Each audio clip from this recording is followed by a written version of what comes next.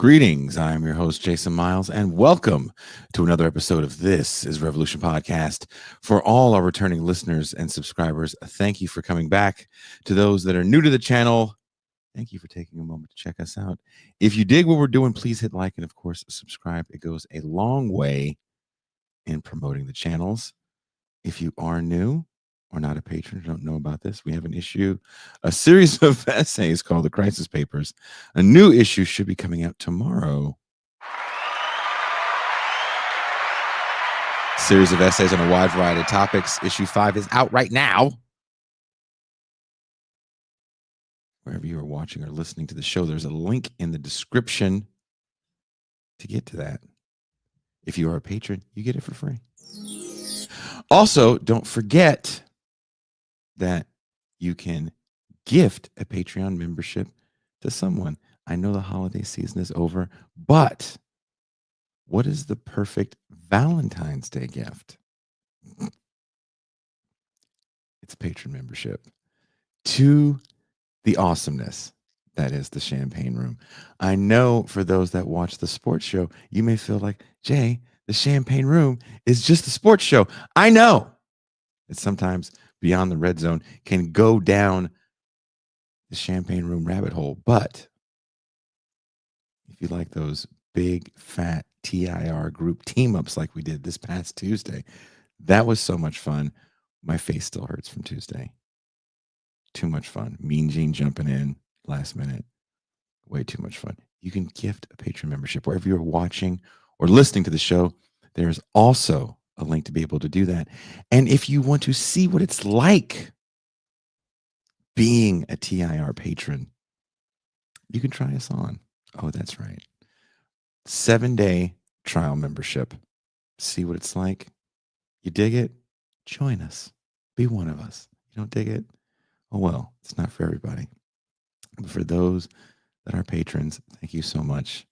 And we'll be going into the patron-only Champagne Room tonight. But before we go, let's talk a little bit about what happened to our anti-war movement.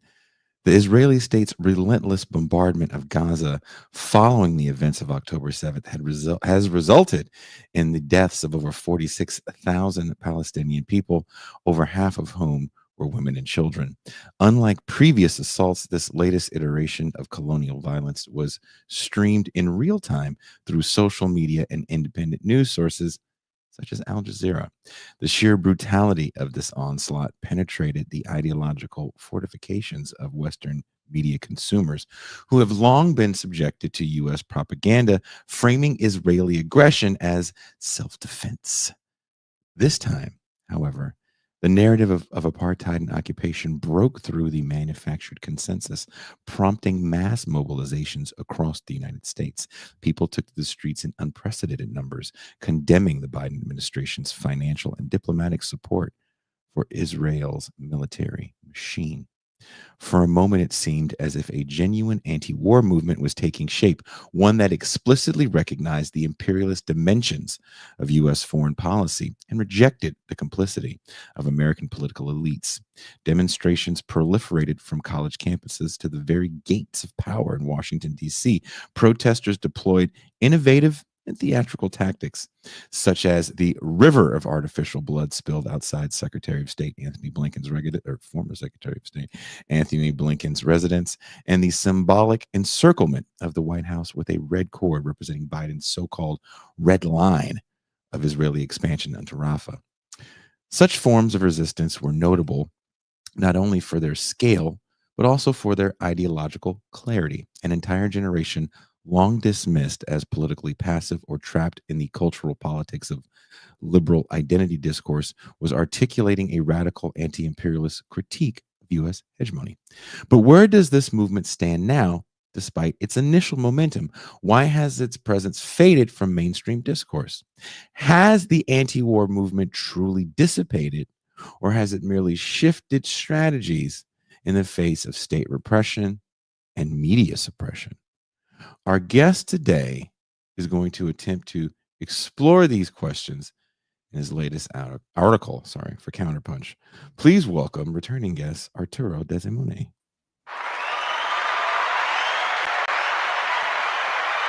What up? Good evening. How are you? I'm good. How are you? What country are you in this time? Last time you were taking U.S. People on a trip through the Amazon. What did you do today before the show? Did you? That wasn't the Amazon. That was the Guajira. That's like a region of Colombia. Mhm. It's very arid. And I was showing some American farmers came to visit an indigenous community to talk to them about about ideas to solve their issues with water. Mhm. And yes, and so I was asked to be an interpreter. I didn't know any of the people involved. The foundation, a local foundation, asked me. But right now, I'm in a place that's very nearby there. But Aruba, the island where I was born, where I grew up. So, Well, I was trying to make you sound cooler, but don't fuck that up. You're just going through the jungle like Predator, cutting the heads off venomous snakes, piranhas. showing people catching a deadly spider with your bare hands and showing Oh, people what they need to be afraid of. That's what you're supposed to be doing. oh, I see. Okay. Yeah. Just let me enjoy this lie. But back to the truth. The And Biden administration, alongside corporate media, has sought to neutralize the anti-war movement. What role has that administration's done in suppressing what you call the burgeoning anti-war movement? And what do you think this new administration is going to do in those regards? Well, the article I wrote was about the lateness of this moment, the lateness of the emergence of an anti-war movement, because of course there were many wars, a whole constellation of wars before October 7th, and those largely went ignored. So my idea behind the article was to not only talk about Israel Palestine, but to ask why is it that all of this indignation, without questioning, by the way, without trying to undermine the protests, without trying to question their motives or call them inauthentic, I want to ask why did it take so long for there to be any semblance of an anti-war movement, despite the utter, banning and sidelining of any kind of diplomatic aid when it came to Ukraine, despite the sanctions on Afghanistan during a worsening economic crisis. Biden immediately froze, $9 billion in Afghan assets, and the other conflicts erupting in the world in which the US or the West's NATO allies had some role to play. I mean, there's no war in Pakistan, fortunately, but there was a kind of coup Yeah. in which Victoria Nuland had a role to play, and of course, just right after Biden entered Washington, he immediately lobbed missiles in the the Mhm. Kurdish city of Erbil in Iraq, and he bypassed Congress to do so. Of course, perhaps that is a normal uh, custom in Washington to bypass Congress To bomb something? Yeah. bomb something. Yeah, like this, I forget his name, that famous writer who was from the elites and wrote novels. Orwell? No, he was an American isolationist. And well, anyway, he spoke of that as if it was a normalcy. Gee, his name escapes me. Mhm. But so there was hardly, a peep of protest about any of these violations of the Constitution, although that's perhaps second nature, that a new president will I violate mean, would the law. you? I'd hate to cut you off right here, but would Yeah. you agree though that everything you're saying, I don't disagree with wholeheartedly, but I do want to say, I don't know why you think people know what amendments are in the Constitution and why you think Americans know how long the Constitution is. It's like a page and a half. And of the amendments people know, I feel confident everyone knows the first two. After that, you're going to get a lot of blank stares. So, speaking of the Constitution and what presidents can and can't do, I mean, one of the things we have going on right now is there's a guy in office that just likes to throw shit at a wall and see what sticks. Constitution be damned. And it makes people go crazy, mainly because most people don't understand what's in the Constitution.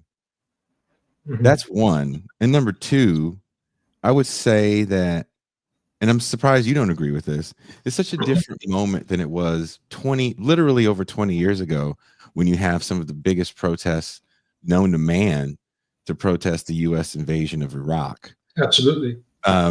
That moment has been gone for so long because during that occupation of the Middle East, let's just say, nobody was getting drafted outside of what we'll call the poverty draft. But outside of that, that's a conflict for a lot of people, a war for a lot of people that no one cared about. Even the media didn't give the coverage to the Afghanistan papers. Oh, so revealing of US ineptitude. No one really cared. Well, the anti-war protests over Iraq during the George W. Bush administration were actually larger than the Vietnam War protests. They were larger. They Yep. had a bigger slice of the mainstream, and so that was very quickly pacified during the Obama administration by having a much more sympathetic and attractive candidate who was a Democrat taking over the reins of these wars. And there were perhaps more intellectual shortcomings in a way. I mean, people who were protesting for an end to the Iraq war also tended to believe that sanctions on Iraq might be a non-violent, quote unquote, Oof. mechanism, and that was Yeah. a tragic mistake. Nonetheless, even though people weren't really being drafted, other than poor young people or people who wanted paid for college, I don't know if you personally know anyone. But despite that, they were a fraction of the society. The anti-war protests had a larger cross-section of the population. And perhaps the analyses were simplistic. People thought it was just about the resource of oil. Mhm. Of course, obviously, it was no coincidence, of course, that Halliburton, grew by 500% its stock as an immediate result. But I don't believe the Iraq war was strictly about petroleum. However, these explosive, widespread, Yeah. peaceful protests were very well intentioned, and it was something to be optimistic about. It was a time also when, I think even though George W. Bush was hated around the world, that was also a time when Chavez had a more romantic aura. They would call George W. Bush the devil or Mr. Dangerous, comparing him to a character from a novel from Venezuela. People loved Chavez for calling out Bush, but at the same time, Americans had a much more positive image because people around the world saw that Americans were not happy about this, that they were not supporting the policies, and there was more a distinction between people and government. Now, I think at least in Argentina, people notice less. They tend to dissociate less between Americans and their administration And the than they leaders. used to. It was before the difference was. It seemed more like common sense that George W. Bush is not the American people, and now. because of all the hypocrisy with Biden, also particularly the silence, the culture of silence that existed, that coexisted with the Biden administration, because of course, Ukrainians are more sympathetic than the Israeli military going on an endless rampage in Gaza.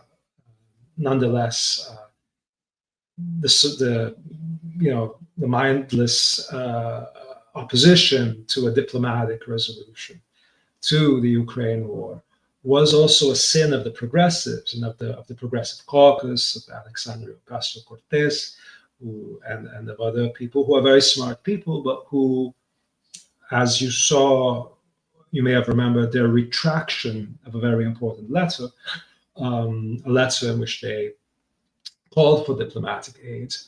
And the only exception, the only person who did not apologize afterwards under pressure from the American gerontocracy, Biden, Pelosi, and so on. The only person who did not apologize, the only signatory who was unapologetic, I think, was Ro Khanna. And so that acquiescence to a culture of silence was a political strategy that clearly failed. And I suppose that what they were aiming for was that some elements of the Green New Deal would have been honored by Biden in exchange for their silence and agreements to not get too hot and bothered over Ukraine, the lack of financial oversight, to not raise any complex questions about skirmishes happening around nuclear reactors in Ukraine, and so on, like the Zaporizhia nuclear center, where there was a lot of violence, a lot of very provocative fighting around a nuclear center in a region where Chernobyl, during the pandemic, many people were reminded of Chernobyl because some of the precautions were similar. So it was a catastrophe. And so this complete recklessness, this gamble, went unquestioned. It went unquestioned not only in Ukraine, which perhaps is the more sympathetic. Somewhat sympathetic in the beginning of these struggles, but it went unquestioned with the attacks in Syria, and of course Afghanistan remained under sanctions that are a form of financial warfare. A country that's devastated by maimed. Much of the population is maimed physically by all the explosives. They're landlocked, so what are they going to do? And that will only strengthen the Taliban. And also the collusion with the Pakistani military and intelligence, Pakistani intelligence, which historically played an enormous role in the rise of Islamic fundamentalism in Afghanistan. Victoria Nuland's collusion with these forces to get rid of a populist like Imran Khan through lawfare, he is now sentenced to prison. Yep. And of course, that's not a war in itself, but Pakistan, India is a very combustible region, and there are nuclear powers, and there is an endless occupation of Kashmir that is, part of. So these are all very dangerous games, and so foreign policy was entirely ignored by progressives But would you agree though? This is where, as even reading your piece, I don't disagree with your frustration on these things, and maybe the frustration of a nascent quote unquote left. I think first and foremost we have to establish that, assuming that there's a left globally anywhere that has any sort of real power, it's going to be in very, very small places, right? And so to assume that there is this left in the United States where people that might even consider themselves leftists still look at themselves as Democrats, I think that's a bit, maybe you're giving too much credit to people where it doesn't really exist. And maybe for you too, like it is for me and a lot of us that even work on the show, we're all very shocked, not at what is happening in Gaza, but in the response of what's happening in Gaza. This isn't the first time in the last 10 years that Israel has. This is the worst they've done definitely in the last 10 years. Absolutely. Yeah. But this isn't the first time they've done insane shit. That's stuff that's been caught on camera, right? It was worse than 1948. I mean, there were more. I can't deny that it's worse than anything we've ever seen, but the fact that we're seeing it and seeing so much footage of it, yes, it's really hard to then turn on CNN and have them, or whatever mainstream news you watch, and have someone say, nothing to see here, these aren't the droids you're looking for. It's a little different when you see so many dead babies. I hate to say that. So I understand why so many people, they might even consider themselves conservative or Republican, or even they might have considered themselves people that were pro acts of violence. The fact that you're so disconnected from seeing the kind of violence to understanding U.S. occupation. If you asked the average citizen in the United States, and I don't even think this is to the detriment of citizens, I think it's more to the detriment of the fact how the media works. Yes. No one really knows how foreign policy works. And usually the people that talk about foreign policy don't look like you or I. If you see them on TV, it's people that have worked for the Pentagon in some shape or form. And they tend to be older and they make it sound very confusing. So no one knows who the bad guy is. It's pretty simple. Everyone's just looking to find out who the bad guy is. With the case of what's going on in Gaza, it's pretty apparent who the bad guy is, because we're not seeing the opposition, so to speak, that's supposed to be scaring this big bad country with all this US backed aid. We're not seeing them doing anything. We're just seeing them picking up rubble. So the opposition, you mean Israelis who don't like Netanyahu, or Israelis of the peace movement, so-called, within Israel? That's what you mean of the opposition? I mean the opposition as far as Hamas. I mean, I don't think anyone knows what Hamas looks like other than brown. You know what I mean? There's no. What I'm saying is there's an oversimplicity for the way people understand conflict. Oh yes, and when you bring up Russia, Ukraine, again, ask the average person, where's Ukraine? Oh, it's not a part of Russia? What? A lot of people don't. Even after 2014, it's in one, out the other for a lot of this stuff. Well, I mean, in a way, Ukraine, the Ukraine war, it was a war of identity politics, because even though the war increased world hunger, and even though the war deteriorated the lives of Ukrainians, yes, and it also diminished their self-determination, not just because of Russia, but also the very parasitic NGO culture which spread throughout the country. It was always one of the most exploited countries in Europe. But what they did gain is that the whole world knows what their flag looks like. I agree with that. I mean, we think it's funny, but to them it's very important, because it's a country largely founded on an identity crisis.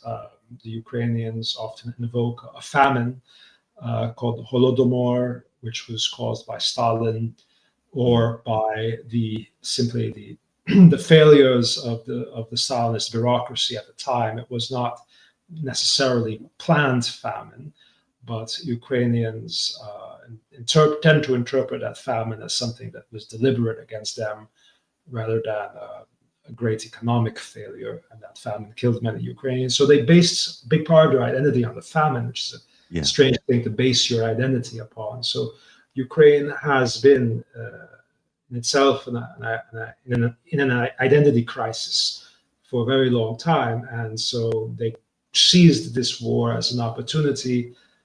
I mean, they didn't cause the war, but they saw this as an opportunity to finally define their identity, which was something of a laughing matter in much of Europe.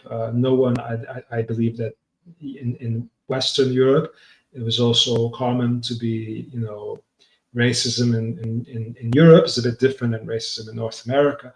Sure.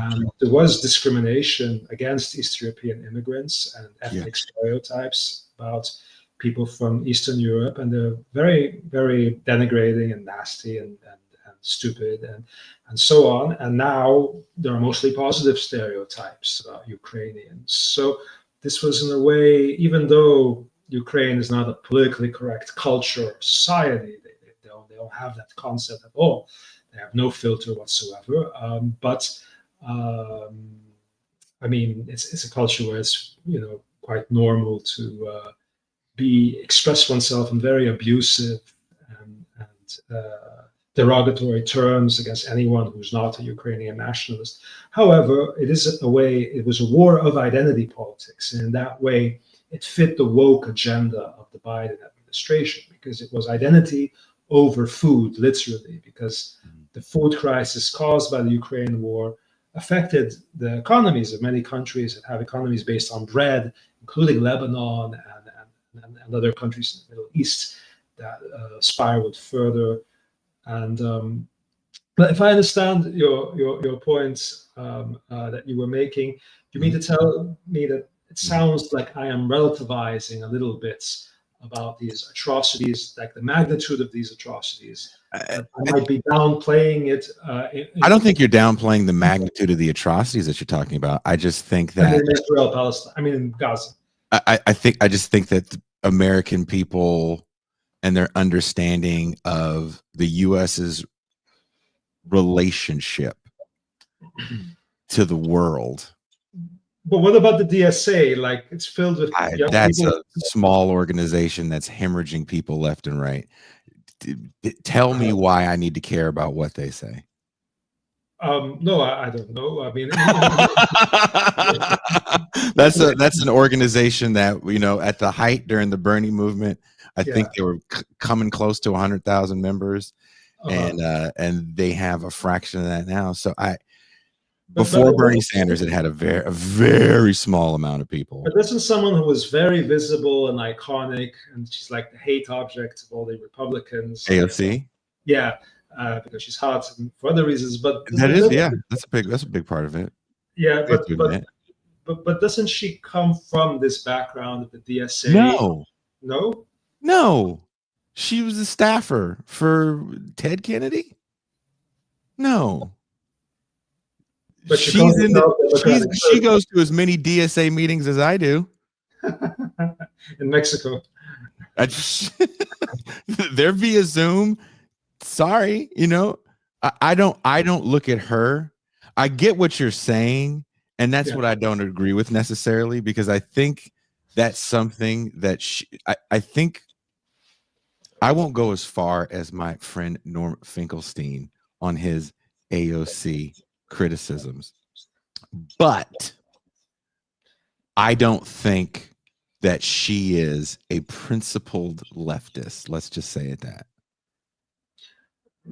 No, but I mean, she's not principled, but I mean, there are people who clearly, choose idiocy. They're not naturally idiotic. And I think she has at some point, chosen this because it was convenient.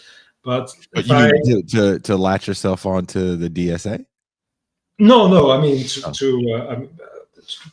for her career, to secure her career. But a great career move, right? Saying that you were part of the DSA in 2018 or whatever it was that she won was a great career move. And I think this is where I was kind of excited to talk to you, because I was like, we can have a kind of interesting conversation, not necessarily an argument, just a conversation. Because I don't think that we're mad, and I don't want to talk past each other either. Yeah. I agree with you in your critique of AOC, except for the fact I don't think she's wedded to any sort of DSA idealism. I don't even think she's that democratic, socially democratic. I think that at the time she ran, that was made strategic sense. Yes. And she's distanced herself from that. So I don't look at her as anything special. She's been in Congress now for what, 6 years or so, and she has this much power. She can fundraise some, but she's not getting the committees that she wants. She's just not a power broker in DC. So I don't know why people want to look at her as anything special, because who is she leading?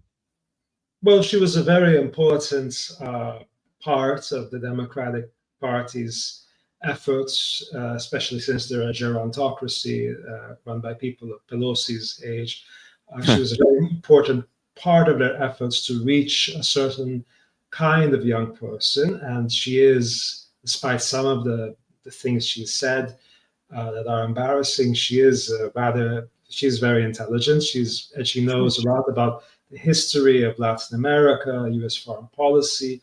So there's an interview in Jacobin where she explains how she went on a tour to Brazil, Argentina, to Colombia. She talked about all kinds of details of all the coups that happened in Colombia. Sure. She sympathized with Petro. She said she met with Lula in Brazil, and Lula said whenever there's an international gathering of progressives of the Americas, we all wonder, where are the North Americans? We don't see them. They just don't show up. They don't. Yeah. And so there's no internationalism.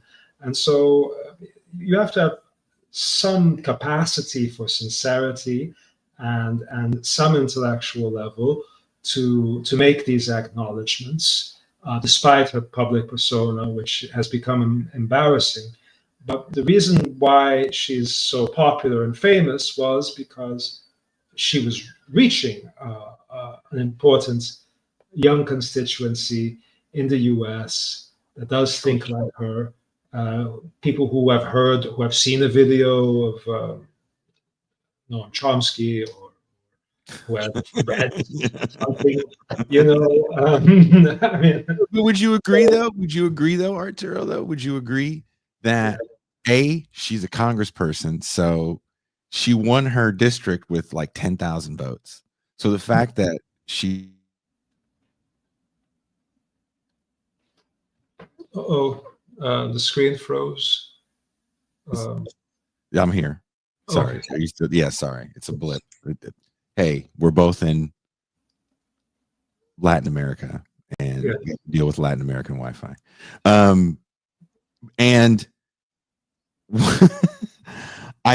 I don't think she's a Pied Piper, so to speak.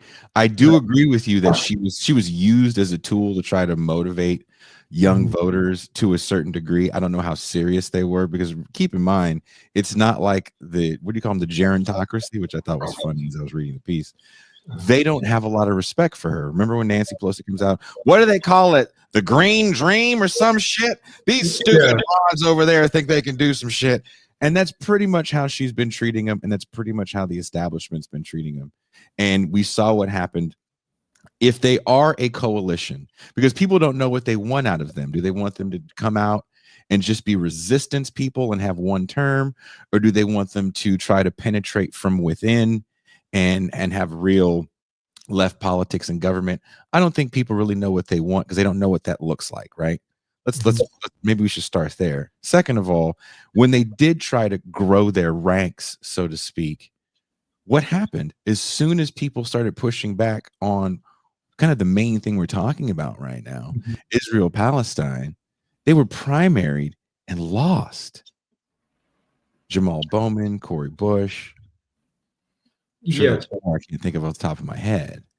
So, well, they lost but that coercion was artificial. I mean, these were very well-funded campaigns and with very coercive tactics. They did not lose because of a lack of popularity. And I think that they could have been a bit more oppositional during the wars preceding October 7th. And I think that the Biden administration fell into a certain pattern. Like there was a guy in the 60s who had a theory about how Stalin became more paranoid and more stupid all the time at the top of the USSR. And it's pretty simple. It's because people were so afraid of Stalin that they kept giving him bad information. Everyone lied to him because they were terrified that he'd make them disappear or worse. And so at some point that it became like a log jam, or it began to deteriorate his brain in a certain way, and became more paranoid, crazier, and less intelligence. And I think something similar happened with the Biden administration, in that they fell into this culture, this habit, where any decision they'd make regarding the war in Ukraine, their terrible foreign policy on Cuba. I mean, they waited until one day before Trump's entry to let Cuba, breathe for a day by taking it off the lists of countries supporting terrorism. Trump immediately put it back on the list. So there was no objection to that foreign policy, and for these people, at least, okay, you tell me that they are minimal, that they are pathetic, maybe they seem larger because we paid so much attention to them. But for them, what is important? Ecology, Green New Deal, and so, but you can't address the ecology without addressing the war machine. You can't be ecological when there's so much risk of a nuclear disaster in Russia. I mean, in Ukraine and in all of Europe, of course. So what I mean to say is that there was a pattern that emerged. The Biden administration got used to these young people, and not only young people. I mean, Ro Khanna is not young. They got used to this progressive component being very quietist about the wars, and that was clearly there was a bargain intended. And if you're quietist about the wars, until it became unbearable after October 7th.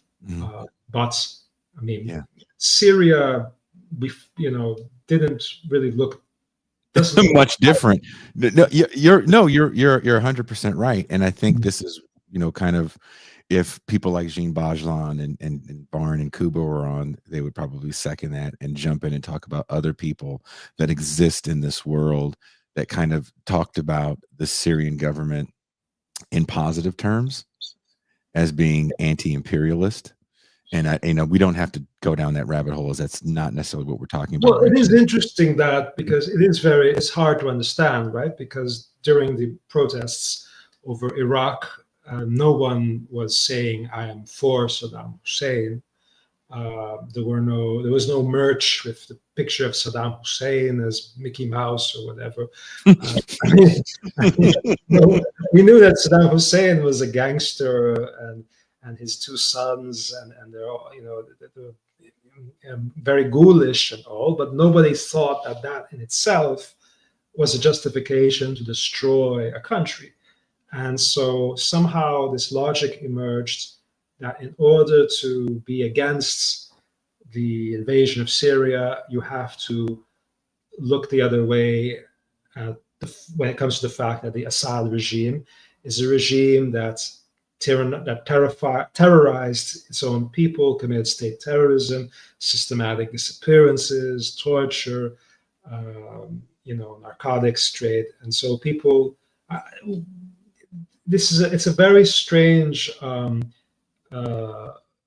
contradiction that emerged. Nobody felt the need to defend Saddam Hussein in order to condemn George W. Bush. And suddenly I guess Jean Balajan is, I mean, I don't want to talk about him because I think to me he seems like a guy on Facebook, but I mean, there's this culture, indeed, like in the Platypus Society of Marxists who are anti-imperialist Marxists, and but I do think that they have, I think they too have made some oversimplifications, but I think that that particular community, they are like, I would see them as like inverted neoconservatives, because why is it important to prove, if you are against the bombing of Syria, there's no need to then prove that Assad did not use chemical weapons against his own people. He may have, or he may have not. Mm-hmm. But Saddam Hussein used chemical weapons against the Kurds. Did that justify the complete bombing Iraq into the pre-industrial age? It didn't. So if you feel the need to defend Iran and its summary executions of street children or whatever, or if you feel the need to defend Assad, or if you feel the need to defend these regimes, and even Maduro, who's, I think, a very different phenomenon, but still, you feel the need to defend these entities in order to prevent any justification for an attack on them, then you've basically, you're defeated already inside, because you've accepted the neocon logic. You've accepted the neocon argument that if there's a dictator and a wrongdoer in charge, then it is the duty of the Western community to intervene by destroying that regime. And then you resort to trying to paint that regime as fluffier than it actually is. So I think they've accepted on some level, they've capitulated to that neoconservative logic, and on some level, and it's very unfortunate, because I'm not, yeah. Well, yeah, we don't have to talk about like marginal online personalities that have no sway in foreign policy or how people vote. They were censored, though. They were censored by algorithmically. Sure. As of 2022, I guess you are as well, though, because yeah, I just like, okay.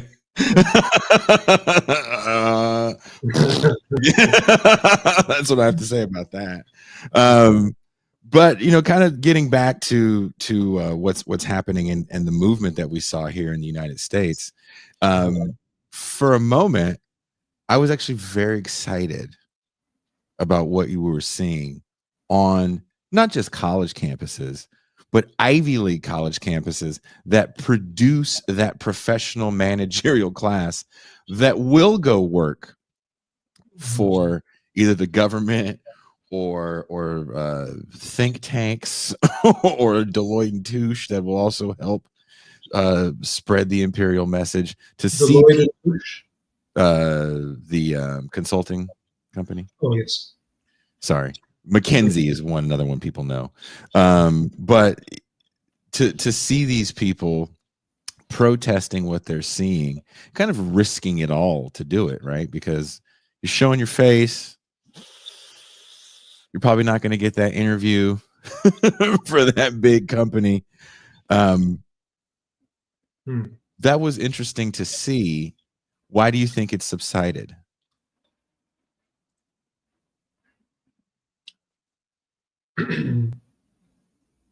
Well, it's subsided because of, partly to some small extent, capture by the U.S. democratic elections. At the end of the day, the partisan issues tend to prevail in the United States, and strangely, blanket support for Israel at some point became a Republican talking point, because of the power influence of evangelicals, and because many of the new young conservatives, including people who write for Compact, or the people who try to be more provocative or heterodox conservatives, they still lump any kind of pro-Palestinian activism together with the phenomenon they call woke, meaning, I get militant political correctness. And I think that's it's an unfair categorization.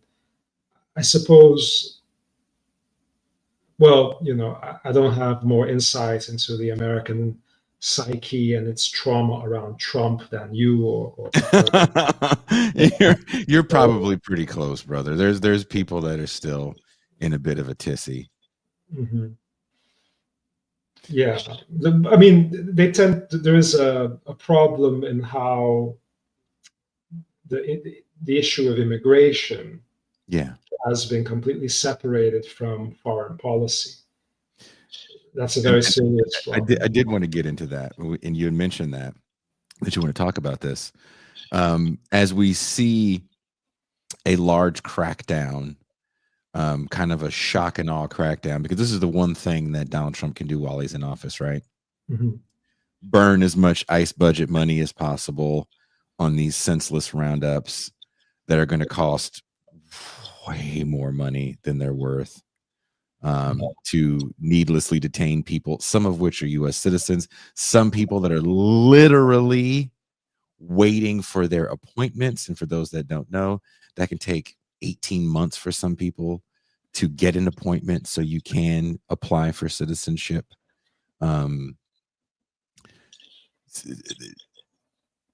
With this conflict, we're going to see more global refugees, and we're going to see more degradation of the environment. Can you talk a little bit about why you think the important aspects of an anti-war movement need to be to link up with an environmental and an immigration movement, to try to get some strength in numbers, to talk about the totality of really what we're seeing? Mhm. Well, I think anti-war can be a unifying factor, as it was in the 1960s. In the 1960s, you had very vastly different parts of the population did not exactly love each other normally. Like, you had the Quakers and Amish who were anti-war, and then you had the hippies, the gays, Marxists, and the civil rights movements. And you had anti-war conservatives, a minority of them, but opposition to the Vietnam War seemed then to unify heterogeneous forces in society, and I think it can do that again. For one, the U.S. military and its constellation of overseas military bases. This is uncontroversial. It is the leading consumer of jet fuel, and jet fuel is one of the major offenders when it comes to the environment, more so than the automotive industry. So you can't have an ecological movement without challenging the war machine. Also, of course, nuclear, the danger of nuclear war is, of course, very clearly an environmental cataclysm that's much more menacing than any modern day nuclear power plant. And on the other, and also, and on the other hand,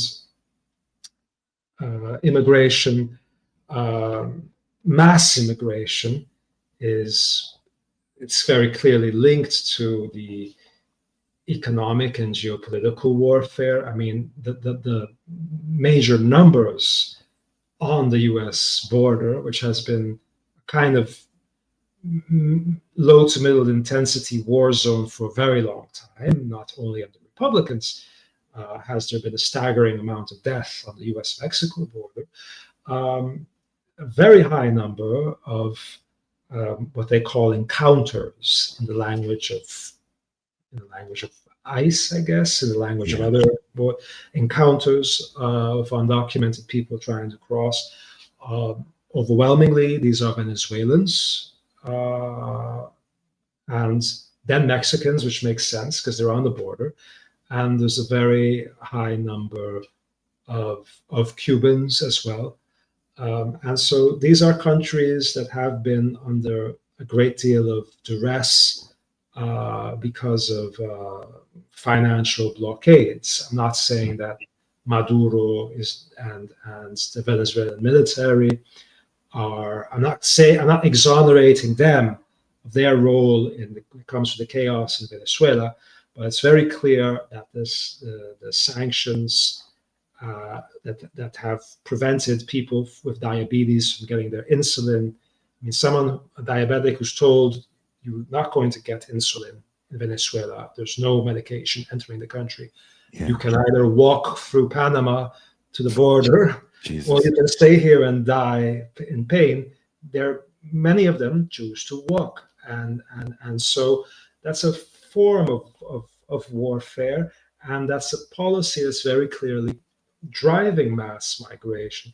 So I think that if, like Rosa Luxemburg, she said that the task of radicals is to educate and organize the workers, educate and organize the oppressed, educate and organize. And so I think if there was some kind of effort to talk to people who are angry about mass migration and to help them understand that Trump's macho show, like the sting operations from these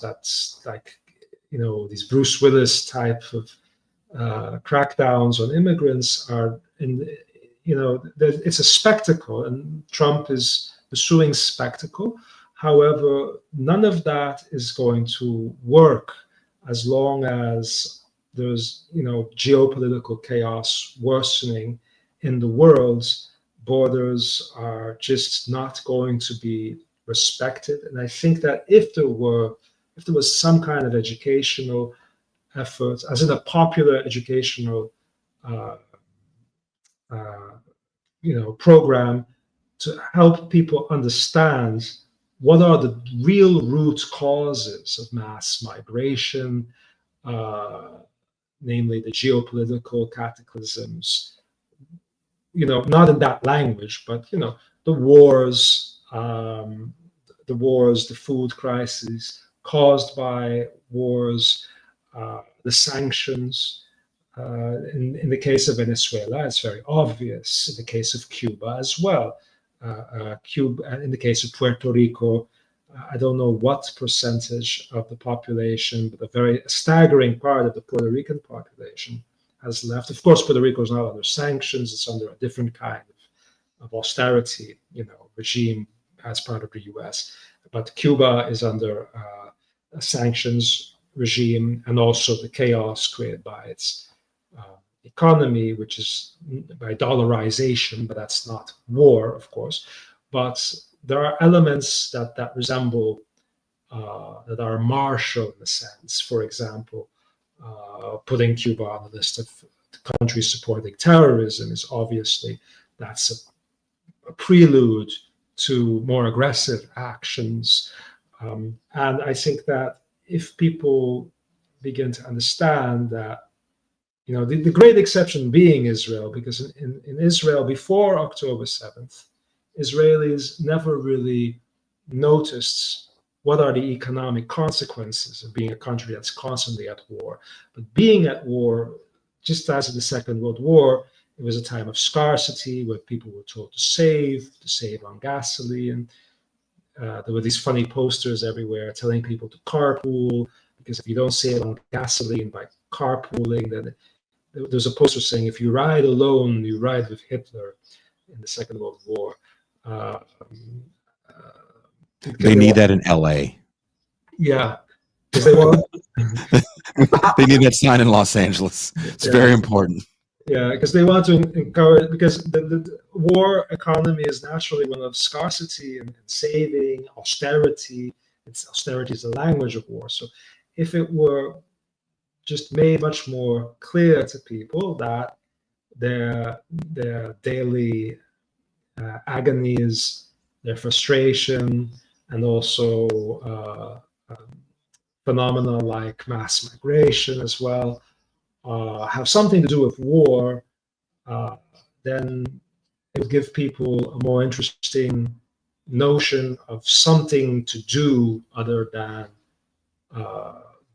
these impulses to pursue immigrants, or which is more, I guess, the white working class, or not only the white working class, also Latinos and Asian Americans who voted for Trump want to deport their neighbor. But if there were more of a concerted effort to, I think an anti-war movement would also be a way to get more young people away from cancel culture, like, for example, the people who try to throw paints on the Mona Lisa and a few other paintings, on a Van Gogh painting, Yeah. the Just Stop Oil campaign, which created more antipathy and hatred for the ecological movement. Do you think that that's too performative? Well, absolutely, yes. I mean, it's not. I think it's not just too performative. It is. I don't know. It's a pathology. It's reactionary. It is very. I find it very menacing. Because I am an artist, so that's why I find it menacing. But many artists participate very eagerly in cancel culture, and it is a kind of desperation. It's a form of decadence, I think. It's decadence that is part of the immorality of taking up all kinds of political lifestyles during a time of wars, but not taking any responsibility to try to do something, or at least acknowledge these wars should be the priority. I mean, all these conversations about gender politics also in the West, instead of opposing, but perhaps I'm saying something that's very, I mean, typical. I've lost my train of thought. No. Because you're looking in the chat. You can't look in the chat. Yeah. Remember, you can't stare into the abyss. It's a bad place to be. I asked the question about the performative nature of some protests like that, because we saw a few things happen during the post-October 7th moment, which is, number one, right, we see self-immolation. Mm-hmm. Something that we really haven't seen in the anti-war movement since the early days of Vietnam. And by early days, I mean like within the first year, there was a couple of self-immolations. Within the first year of what we see in Israel, Palestine, there's two. People don't talk about the first one because it wasn't live streamed, but the second one sadly was. Now, I noticed you didn't include that in your piece. Why was that? Well, I just didn't think of that at that moment, but it's clearly an expression of impotence. It is I think, a rebellion against impotence whenever that happens, and I think impotence and castration is what a huge number of people have felt. I don't believe only during the Gaza atrocities, but also with Ukraine. And I mean, many American Jewish intellectuals, they don't remember that Ukrainian nationalism played a huge role in the pogroms and in persecution of Jews. But I'm sure for many people who do have that memory and who see all these weapons flowing to Ukraine, that's also creates a sense of impotence. And I felt this, I think, in 2015, when I would see the imagery of entire families of Syrian refugees Mhm. drowning in the Mediterranean, which became a policy of the European Union to have kind of supervised mass drowning of immigrants and of Syrian refugees, even though they were fleeing a war in which the European Union was very heavily invested. The European Union was sending Humvees and all kinds of equipment. The European Union was very much involved in that region and was very vocal in condemning Assad. But when the victims of the Assad regime would try to escape across the Mediterranean, there was a program of deterrence and considered drowning. And I thought of the coast guards, and I think of men also, because we have an extremely feminized left. Wherever there is a left or wherever there are progressive spaces, there's a tendency where secular middle class values will predominate, and they'll say, well, we believe in, the moral authority of women will guide us through this long night, and we should suppress men who have too much personality from being anything in these spaces or in these movements, and we should tell them to shut up. And so I see that happening. I saw it happening a lot in Europe and European movements. Mhm. And You're talking about a certain kind of political correctness, kind of identity politic. yeah, about gender and about second and third wave feminism in particular. But I mean, I think of the role of men in these conflicts and in this era. And I thought, for example, the Coast Guard, a young guy who signs up to work in the Coast Guard of Europe, he doesn't sign up necessarily with the ambition of clobbering immigrants. He signs up with this idea, this image in his mind of saving a drowning person, for example, or of doing good, or like something like being a He pilot. just wants to do a Miami Vice style drug bust on some cocaine shipment, get his Many of those hands on too, some of that uncut stuff from where you're located. yeah. And that's what he really wants. Let's just be honest. Yeah, He that's doesn't it. wanna That's save it. Okay, anybody. okay. But a few of those guys, a few of those Coast Guards, they signed up thinking they're going to save a drowning person, and they have an order from above that they have to observe a person drown. And I'm thinking of the refugee flows from the Middle East in 2014, 2015, and 16. And so that is a very spiritually, or I mean, that's a very humiliating experience. That's like the epitome of castration. And like I was living in the Netherlands at the time, and I was following very closely what was happening with the Syrians, and I was reading the newspapers. And the newspapers were just filled with all kinds of racist vitriol about the Syrians, and as well as about other groups, even about Greeks.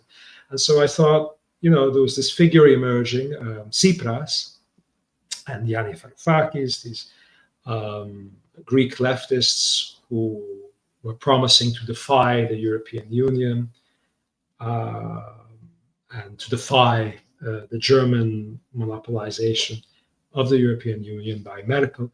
And so I went to Greece. I went to Greece to volunteer with refugees. But more or less, the moment that I get there, the news, is announced that the European Union will pay Erdogan and the regime of Sisi to take care of the refugee problem, to prevent the refugees from traversing the Mediterranean. And so what I'm saying is there's this pursuit of cowardly solutions.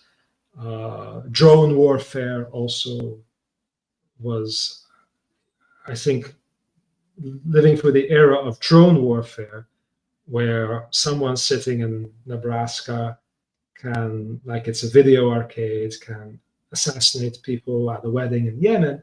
I think that was also a moral abomination that's on the same level as watching the horror in Gaza and not being able to change it, or screaming at Biden, and Biden is drooling or not responding, and this sense that this frustration that there is no democracy, that there is no ability to influence these outcomes. I think that leads to, in short, that leads to something like self-immolation, I think,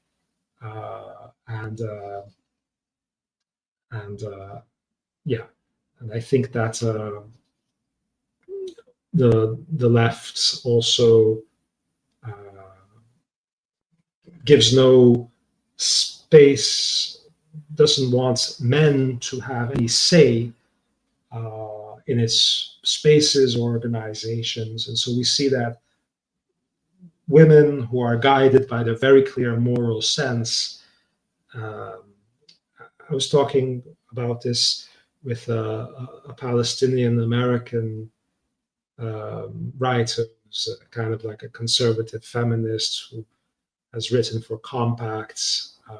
I interviewed her with me and Fakri, who interviewed her, but we couldn't get that interview published. It appeared on Substack. But we were talking about this, about how women have a very prominent role in these pro-Palestine protests, and they're guided by their instincts upon seeing the dead children, especially, and the mothers, and they have this very clear moral sense. But I think that the absence of men in these movements, because like Medea Benjamin's movements, what is it, like Code Pink, like she's very, like she announces very proudly, we are a women-led movement. And I'm sure you noticed with Black Lives Matter, Angela Davis and Garza was also announcing, we are a women-led movement. We move away from these charismatic masculinist figures like MLK and so on. But of course, it was younger Black men who are the most aggressively targeted by this kind of violence. And I think that romanticizing a new kind of homogeneity, where instead of only men, instead of a boys' club, it's a women-led movement. I think that leads to other problems, and I don't believe that it's. I think obviously a mix is necessary. Are you just mad? Are you just mad they wouldn't let you in Code Pink? Yeah. Let's just be honest. Yes. Be honest. I want to wear the pussy hat. Don't be a hater. Don't be a hater. Okay. I'm teasing you. There's a little bit of truth. I want to be a people. Well, I see what you're saying. Yeah. No, I see what you're saying, and I definitely agree with you about the larger coalition that seems to be very identity based, especially within the Democratic Party. But as we Europe has the same problem, Western Europe. Yeah. As we come to an end, we've been going for about an hour. I know it's much later where you are. It's like you said, it was a 4-hour difference, so I don't want to keep you up late. I know, again, you've been out all day doing Indiana Jones shit with American tourists. I'm sure you're tired. I know it's warmer over there as well. Wait, are you? Is this summer where you are? I'm on the equator. It's always summer. Okay. Yeah. It's always hot. It's a desert, basically. Remember, you're in the jungle and you're chopping the heads off the snakes. Oh shit! Yeah. Remember, we're talking to people that don't know that there's different climates when you go south of the border. I'm afraid of the Orinoco, of the river in the Amazon, because there's piranhas, and there's this bug that enters the urethra from the river. Yes. We're talking about the urethra bug is going to eat up your scrotum. No. Before you lose your scrotum to a horrible urethra bug infestation. Yeah. How do you feel about the current administration? What you think they plan to do Do you think it's going to be more of the same? Because I know some people, this is going to be even worse than Biden. Do you think it's just going to be more of the same? Or do you think Israel has reached a certain point where they've made their point, now they're done for now? What do you think is going to happen?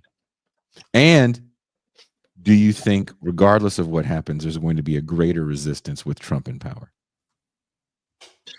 No, I have no hope about the resistance of Trump in power. I mean, the resistance against him. I do believe that the policies are just markedly different. It's just impossible to ignore the speed with which his envoy, Witkoff, if I pronounce it correctly, negotiated the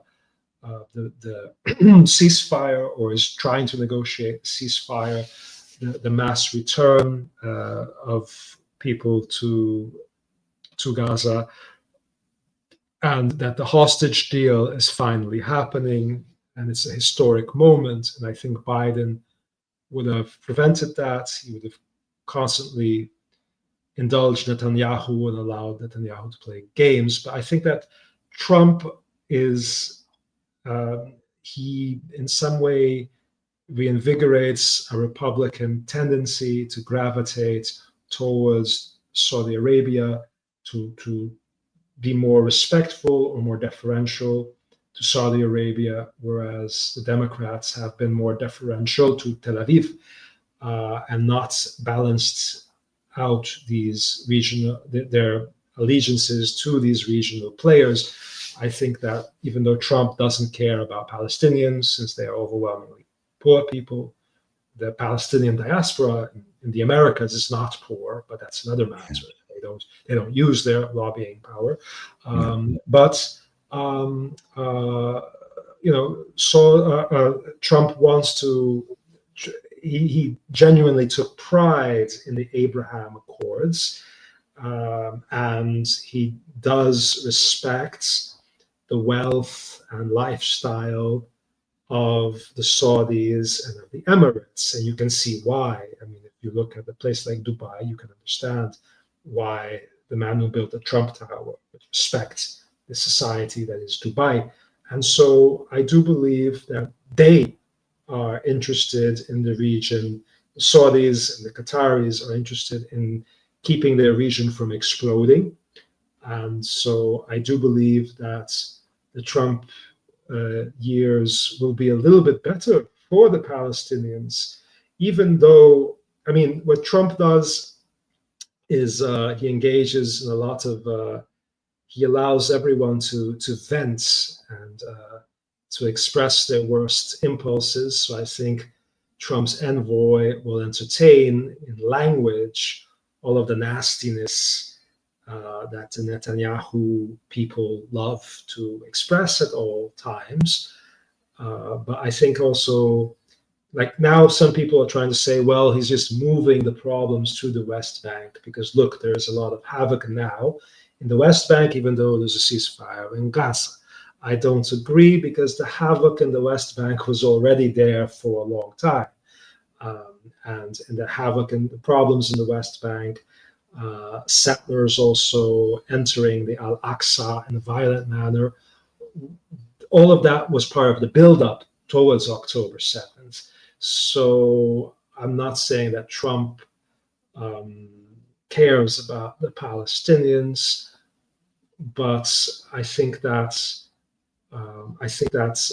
Americans will be, even though people say that Trump is a more divisive figure, I think Americans will be more united in their own trauma in the Trump era, because he is creating some significant chaos there, and so I think that the danger is the self-involvement, that people become, American exceptionalism has at its base this tendency of inhabitants of the U.S. to act as if their foreign policy is a movie or is something that is, And I mean, the only war that that seems to get real traction in the United States as being discussed, I think, is the Civil War. I think the culture war is just it's a discussion as to, you know, it's a debate about the outcomes of the Civil War. And I think that the self-involvement that comes with, especially with liberals and progressives when Trump is in office, that is a very dangerous solipsism. It's a very dangerous self-involvement. But then again, you know, with Biden, it was very bad. And yeah, I mean, of course, there are people in the settler movement who are in the Trump entourage, no doubt about that. But surprisingly, someone like Blinken did not prioritize the hostages, even though he is a secular. I think he lived on a kibbutz, and Netanyahu's total lack of interest in rescuing the hostages had something to do with the fact that many of the hostages were from that sector of Israeli society that does not vote for Netanyahu, because they are the people who go to these electronic dance events, or the people who live on kibbutzes, who are in Israel. Those are considered the so-called leftist aristocracy. So the Ashkenazi, the Jews who came from Russia and Poland, who were a bit socialists in their outlook, who founded Israel and ended up discriminating against later arrivals, Jews from countries of the Middle East. And so Netanyahu, he builds upon these internal hatreds, the internal culture war in Israeli society. And so the hostages were mostly from a part of the population that's rather secular. And so he doesn't, and rather of this so-called left-leaning bloc, and so he doesn't give a damn about them. But it's surprising that, you know, that Blinken didn't either. I'm not sure where I was. Do you think it's that they don't care, or do you think? Well, I think it's that they don't care. I was going to ask a kind of a devil's advocate question, but I can't even do it with a straight face. I think they just really don't give a shit. What I do think is important also is that, you know, there is no Palestinian, there's no hope for a Palestinian cause unless there's progress or hope for some kind of democratic change in the surrounding countries of the region. And that would require a solidarity movement and internationalism. I don't mean the Syrian, I don't mean Shara, you know, the current ruler of Syria, but I mean like Egypt, Jordan. You know, there's never much interest in democracy in these countries. That you don't hear that being discussed a lot in the Western left, and typically the Palestinian cause and the Arab Spring are presented as two things that were adverse to each other. You can't have attention for both. You can't be sympathetic to both. That's a very strange position, because the isolation of the Palestinians, the fact that there are no democratic governments that represent the will of the people, which would support the Palestinians, that is the reason why the Palestinians are unable to effectively to resist. They don't have strong regional allies, but that's changing now, because the atrocities of the Biden era passed the point of no return. And so Mohammed bin Salman and other dictators in the Gulf, they feel that the region will not forgive them at all if they allow this. And so I think they will use whatever leverage they have with Trump to make sure that that there is progress in at least in Gaza. But of course, they're dictatorships, and what's noteworthy is that the global left, even though Palestine and Gaza was like the last unifying struggle of the global left on the front of internationalism, the ceasefire is not a product of the left. The Mhm. ceasefire is a product of a right-wing Trump cabinets of the new right. Unfortunately, this is a defeat of the left, because the left was also very territorial when it came to the importance of Palestine as an issue that is, this was supposed to be a victory for the global left. So it was hoped to have. What was going to be the victory? October 7th or? No. I mean, something like a ceasefire or Oh, something. I'm so sorry. You mean the ceasefire was a victory? Should be a victory for the left? No, it's not. It was brokered completely by the right wing, but that's a failure for the left. That the left ultimately did not play a major role in the ceasefire. This, despite that all these mobilizations, and despite that Israel-Palestine has been a very important issue and talking point for the global left, and since the Cold War, it's the last internationalist cause of the global left. Is this, and yet the one who brokered the ceasefire is the right wing. They stole it. Doesn't that go back to what I said a while ago in this conversation, that there is no left that has any sort of real institutional power? So how can you broker any kind of deal? Well, the United States, okay. Where in the world? I'll wait. Where in the world has anyone been able to do anything? Well, Lula made his statements. Sure. And AMLO made some statements. And?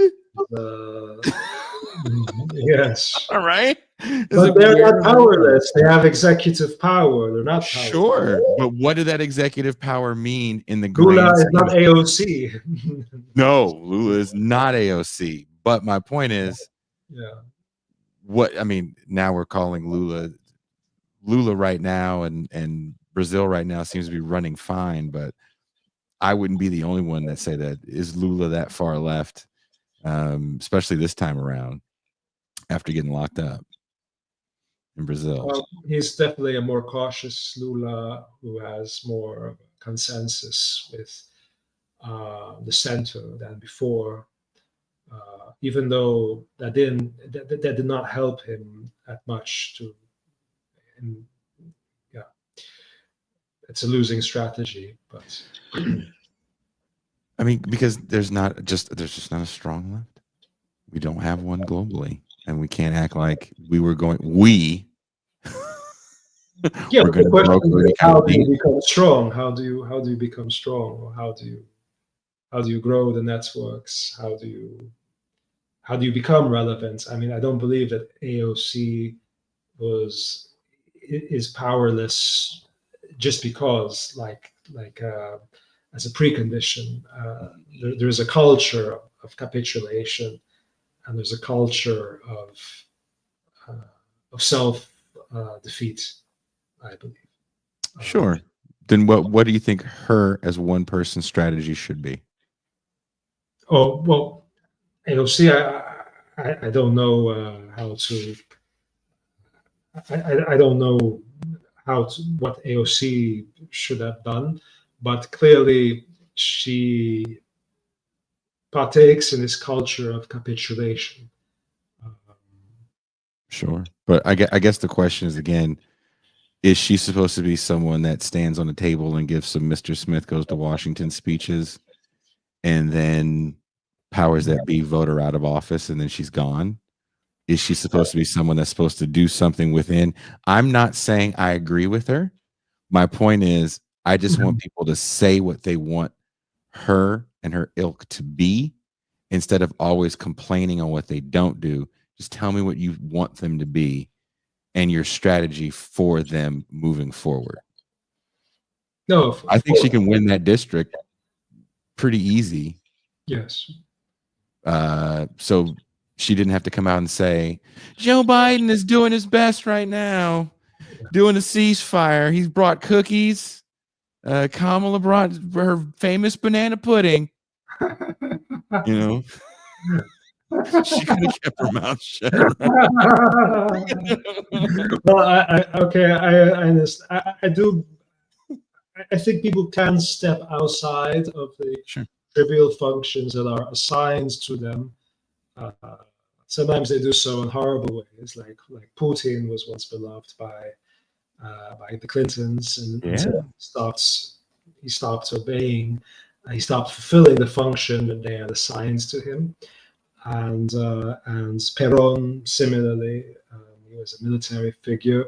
Of course, I'm sure you are more interested in the grassroots, uh, and as am I.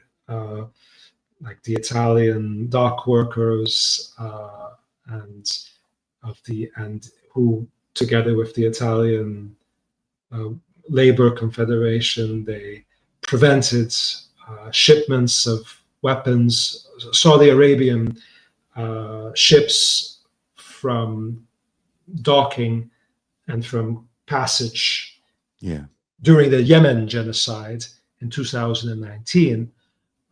And that was that kind of action, of course, that kind of activism is necessary. I think it does not happen in and of itself. I think that it happens when um, activists try to create a relationship with workers and unions, and to convince the workers and unions that these causes are relevant in their lives. Hmm. I think that that could happen maybe even during the Trump years, if someone was willing to engage with the person who's typically tempted to vote for Trump, and to show them maybe documentaries, or to talk to them about the real root causes of immigration. But I think the right, on some level, has some aspect of the rights, the Trump right, has finally come to the understanding, not because they're enlightened, but because they just realized that these two things are connected. And I think that perhaps the disdain for immigrants is unfortunately greater than the disdain for wars, but some, populist sector of the right has finally understood that the neoconservative, neoliberal order will lead to more mass migration, that all these wars will produce more mass Yes. migration, and that neoliberalism, which basically tells institutions like the IMF tell countries in Africa and in Latin America that they are not allowed to grow, and they're not allowed to grow in a way that will provide opportunities that the people can stay in these countries.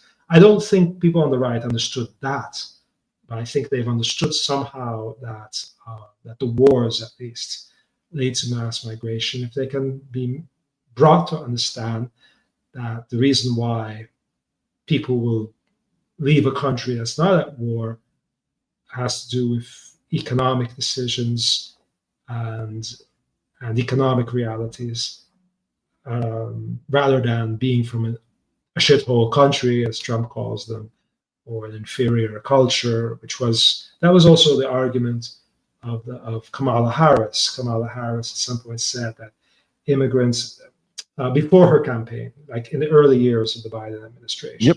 she said that immigrants leave Central America because Central American countries are homophobic, um, are backwards, are corrupt, are sexist, are all these things that people say. And so basically, the implication is that these countries are culturally inferior, and that's why they cannot help but be corrupt. And that corruption, that moral corruption, leads to the economic collapse that leads to the people feeling persecuted and leaving to the United States. So that is a very reactionary worldview, and which was part of this kind of the woke imperialism of the Biden era. And I think we had a warning of that, what that woke imperialism would be, when in 2020 Elizabeth Warren made impassioned speeches about changing the name of Fort Benning because it was named after a Confederate, but made no mention that Fort Benning is where you have the School of the Americas, which trained all of the torturers, major torturers of all the regimes in Latin America. They went to Fort Benning to receive, to take workshops on how to effectively torture people. The Argentine dictators, all of them, and Elizabeth Warren, her idea as to not to get rid of the School of the Americas. And there's a movement to shut down the School of the Americas, but Elizabeth Warren's idea was rather to change the name. Because it was named after a Confederate, and so I think that really sums up, this kind of partisan political correctness married to war that was the Biden administration, and I think that at least with Trump, those illusions are gone, but that in itself is, of course, it's not enough for us to be celebrating. Well, his name is Arturo DESIMONE, and wherever you are watching or listening to this show, there's links in the description to his article, What Happened to the Anti-War Movement. It's in Counterpunch right now. Again, it's the first link in the description, very first line. Before I even say what the show's about, it's linked to his essay. You should also put the remaining 80% of the Constitution in the comments. The part that people skip over that you said at the beginning. Every single, I will say this again, every single week, I get a message or I get a comment that's because I put clips up every Monday morning. I wake up at about 4 a.m. and I cut clips for about 10 hours, 9-10 hours. And at the end of every clip, I put a link to the playlist of clips, and I put a link to the actual full show that the clip is from. And every week, someone leaves a comment that says, "Where can I watch the rest of this?"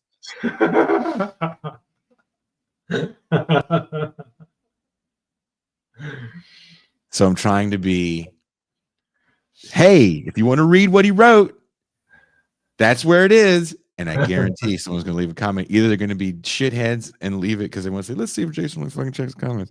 And they'll leave it. And where can I find this guy's article? It's going to happen. And when it does, I'll fucking screenshot it and send it to you, Arturo, so you can see for yourself. Okay. It doesn't matter. I could put a picture of 2 dicks in a pro wrestling like fight with 1 dick coming from the top rope. And no one's going to say anything because they're not going to look at it. Maybe one person after like 4 years later, there'll be a comment. Is that 2 dicks I see wrestling and one just came off the top rope to... The algorithm will see it. The algorithm will see the dicks. Arturo, thank you very much. Definitely get some rest. And I'll probably be talking to you again soon, brother. Thank you. Thank you.